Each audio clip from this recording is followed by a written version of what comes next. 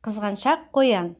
Бір күні таң атпас бұрын көңілді қоян әнін салып жайбарақат үйіне қарай келе жатыр еді.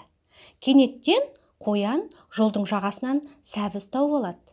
Қоян қуанып кетіп: «Ой, қандай сәтті күн! Мен осы сәбізді көптен армандап жүредім. Алдымнан тап-ете шықты», деп ойлайды. Дегенмен қоян бақытты болып, сәбізін құшақтап, үйіне қарай жол тартады. Қоян үйінің маңайына жақындаған кезде, жолдың жанындағы көлден тағы бір қоянды көреді. Ол қоянның қолында да сәбізі бар екен. «Мына қоянда да менікі сияқты сәбіз бар екен. Оның сәбізі менікінен де үлкен көрінеді.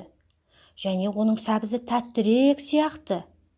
Ех, қандай бақытсыз қоян екенмін мен», деп ойлайды ол. Қоянның іші қызғаныштан өртене бастайды да, жанындағы көлдегі қоянға: «Әй қоян, сәбіздерімізді ауыстырайықшы. Сен менің сәбізімді ал мен сенің сәбізіңді алайын», деп айқайлайды. Бірақ екінші қоян үндемейді.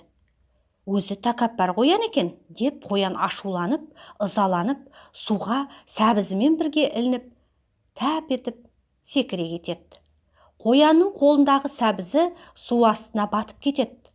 Қоян судан жүзіп жағаға шығады да, үсті басы су болып, сәбізінен айырылып жылай бастайды.